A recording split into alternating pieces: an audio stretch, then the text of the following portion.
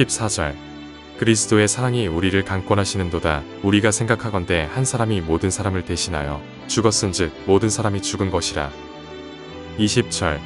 그러므로 우리가 그리스도를 대신하여 사신이 되어 하나님이 우리를 통하여 너희를 권면하시는 것 같이 그리스도를 대신하여 간청하노니 너희는 하나님과 화목하라. 네, 오늘 이 시간 고린도후서 5장의 말씀을 가지고 함께 하나님의 메시지를 나눌 수 있기를 원합니다. 우리는 신앙생활을 하면서 항상 어떤 지점에서, 그러니까 사람마다 조금씩 다르겠지만요, 신앙생활을 하면서 어느 부분에서 부딪히는 부분들이 있습니다. 그래서 그게 이제 우리가 여러 가지 면들이 있겠지만 제일 우리가 부딪히는 면 중에 이제 종합해서 얘기를 하면은 이 생존의 문제입니다. 내가 신앙생활을 하면서 예수님의 은혜를 알고 그래서 주님과 함께 살겠다라고 이렇게 결단을 하지만 또 어느 순간에 이제 부딪히는 부분들이 있거든요. 근데 그게 이제 가장 맥시멈으로, 가장 최대로 뒤로 빠졌을 때에 이 물러서지 못하는 면이 이 생존에 관련되는 면입니다. 그런데 그 생존이 처음에는 진짜 우리가 생존이라는 거는 목숨을 이제 유지하는 거를 얘기하잖아요. 그래서 거기까지 이렇게 이야기를 하다가 조금씩 이제 욕심이 생기는 것이죠.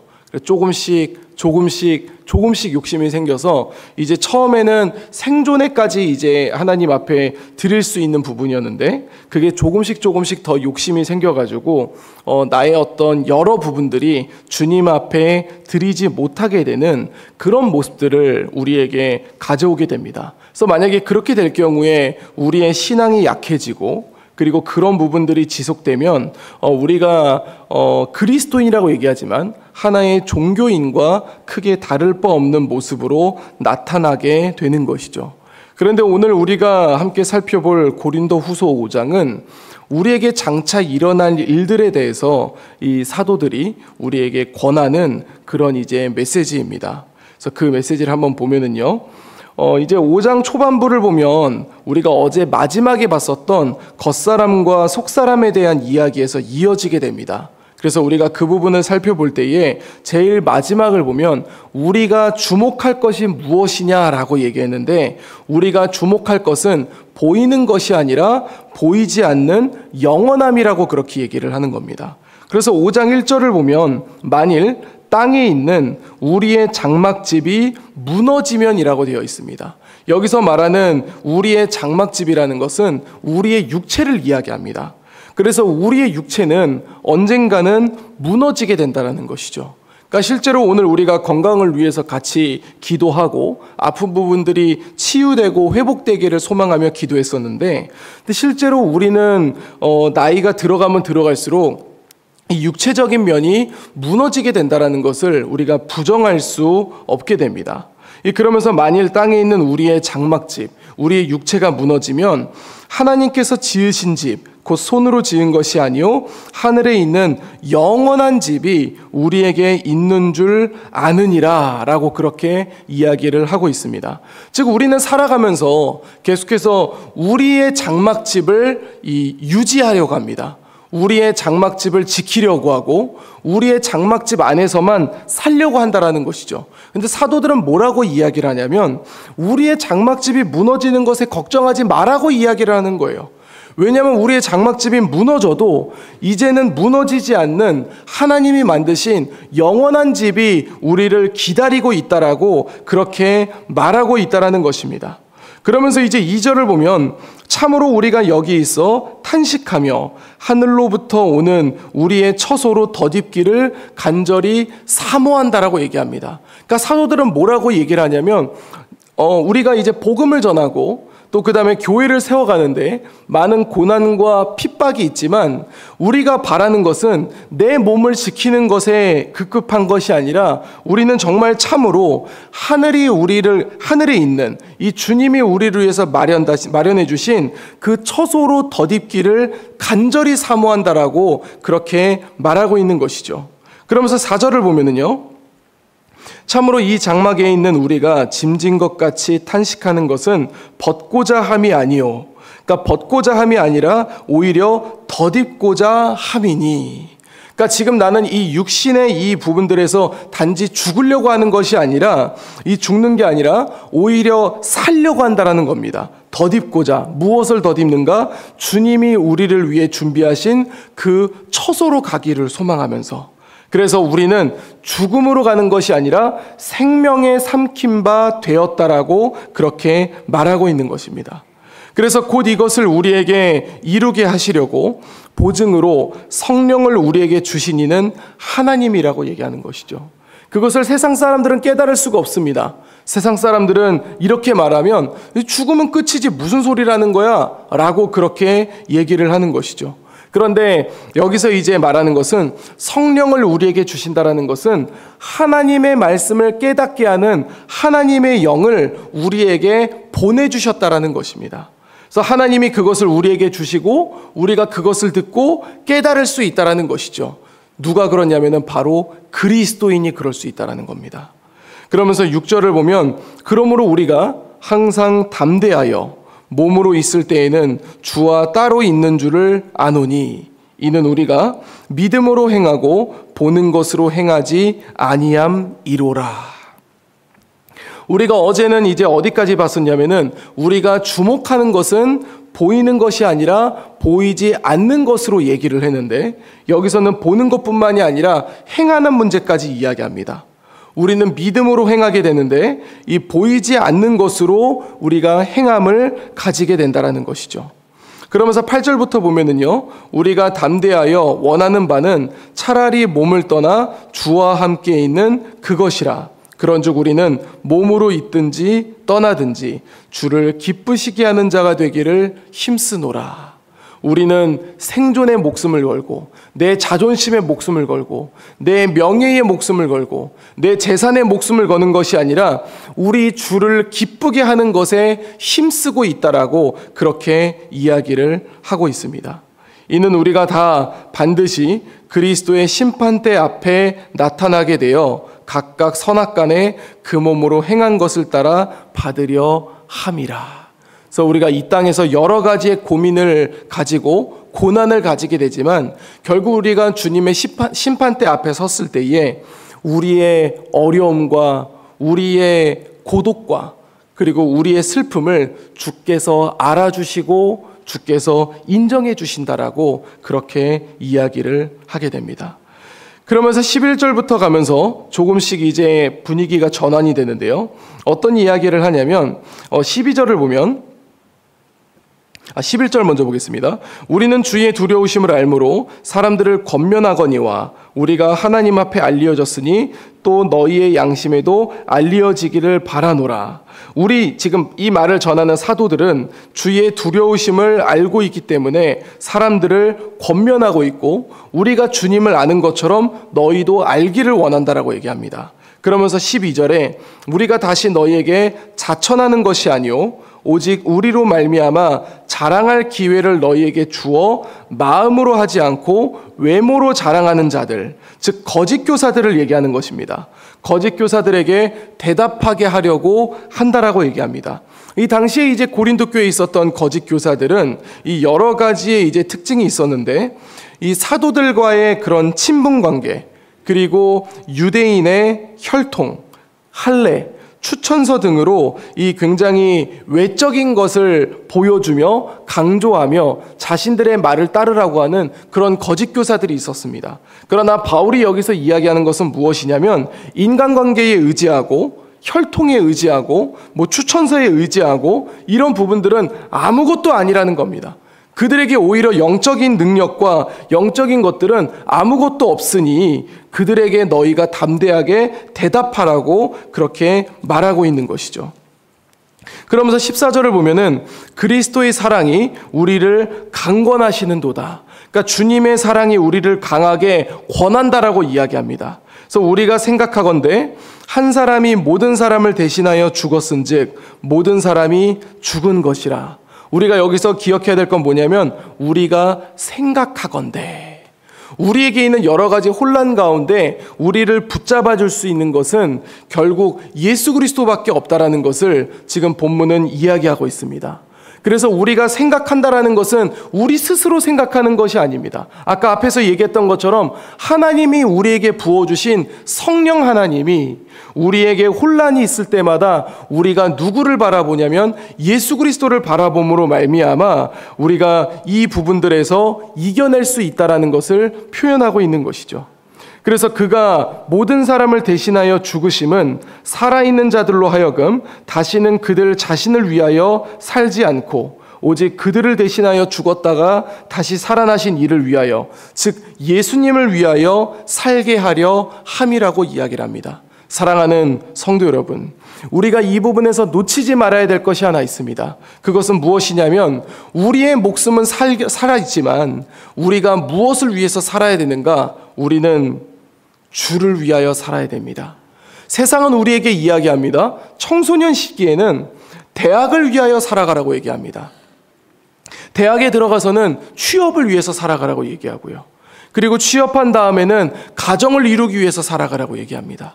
그리고 가정을 이룬 다음에는 뭐 자녀를 낳거나 아니면 또 자녀를 위해서, 또 그리고 우리가 어떤 노후를 보장받기 위해서 그렇게 살아가라고 이야기합니다.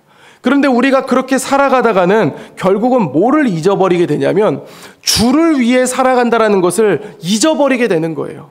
그러면서 우리는 잊어버리고 살아가지 못하고 나중에 후회만 한다라는 것이죠. 그러면서 우리는 수없이 이야기합니다. 어쩔 수 없었어, 어쩔 수 없었어, 어쩔 수 없었어. 그런데 주님은 뭐라고 이야기하냐면 우리로 하여금 생각나게 하는 것은, 예수님을 생각나게 하는 것은 우리가 단순한 위로가 아니라 우리가 무엇을 위하여 살아가야 되는지 말해주고 있다라는 것입니다. 그러면서 16절부터 보면은요, 그러므로 우리가 이제부터는 어떤 사람도 육신을 따라 알지 아니하노라. 비록 우리가 그리스도도 육신을 따라 알았으나 이제부터는 그같이 알지 아니하노라. 그런즉 누구든지 그리스도 안에 있으면 새로운 피조물이라. 이전 것은 지나갔으니 보라 새 것이 되었도다. 우리가 예수님을 믿은 순간부터 우리는 새로운 사람이 되었고 그 새로운 사람으로서 살아가야 된다는 것을 본문은 이야기해주고 있습니다. 그러면서 사도들은 이제 이 5장의 결론을 얘기합니다. 왜 이들은 계속 이 말을 하느냐? 우리의 어떤 생존 문제보다 주를 위하여 살아가는 것이 더 중요하다고 말하는 것은 18절부터 이야기를 합니다. 모든 것이 하나님께로 났으며 그가 그리스도로 말미암아 우리를 자기와 화목하게 하시고 또 우리에게 화목하게 하는 직분을 주셨으니 곧 하나님께서 그리스도 안에 계시사 세상을 자기와 화목하게 하시며 그들의 죄를 그들에게 돌리지 아니하시고 화목하게 하는 말씀을 우리에게 부탁하셨느니라. 그 얘기는 곧 우리가 주와 함께 살아갈 때에, 주님을 위하여 살아갈 때에 우리는 모든 것을 잃는 것 같은 그런 마음을 가질 수도 있지만 오히려 그것은 모든 것을 잃는 것이 아니라 주님과 화목하고 내 안에서 평안함을 누릴 수 있다라는 것을 본문은 얘기해주고 있습니다. 그러면서 20절에 그러므로 우리가 그리스도를 대신하여 사신이 되어 하나님이 우리를 통하여 권면하시는 것 같이 그리스도를 대신하여 간청하노니 너희는 하나님과 화목하라. 사랑하는 성도 여러분, 주님과 화목할 수 있기를 소망합니다. 주님 안에서 평안을 누릴 수 있기를 소망합니다. 그것은 우리가 다른 것이 아니라 오늘 본문에서 이야기했던 것처럼 우리의 생존을 위해서 살아가는 것이 아니라 주를 위하여 살아가라고 그렇게 이야기하고 있습니다. 이제 오늘 하루가 시작됩니다. 오늘 하루 우리에게 주어지는 여러 가지 상황과 환경들과 사건들이 있겠지만 그 가운데에서 여러분 가운데 임하시는 성령 하나님이 예수 그리스도를 생각나게 하실 수 있기를 간절히 원합니다. 그래서 우리가 예수님을 바라보고 예수님을 위하여 살아갈 때에 남들이 볼 때에는 이 비굴하고 남들이 볼 때에는 불행하다 여긴다 할지라도 우리의 심령 가운데는 주님과 함께함으로 말미암아 주님과 화목함을 누리고 그래서 평안함을 누릴 수 있는 우리 재건부평교회 모든 성도님들의 하루가 될 수 있기를 우리 주 예수 그리스도 이름으로 간절히 축원드립니다. 기도하겠습니다. 이제 오늘 받은 말씀으로 함께 기도하겠습니다. 고난 속에 살아가고 있을 때 우리에게 강권하시는 그리스도의 사랑을 생각하며 견뎌나갈 수 있게 하옵소서. 주를 바라보며 견딜 때 주님과 누리는 화목을 맛보며 평안함으로 나아가는 우리 모두가 되게 하여 주시옵소서.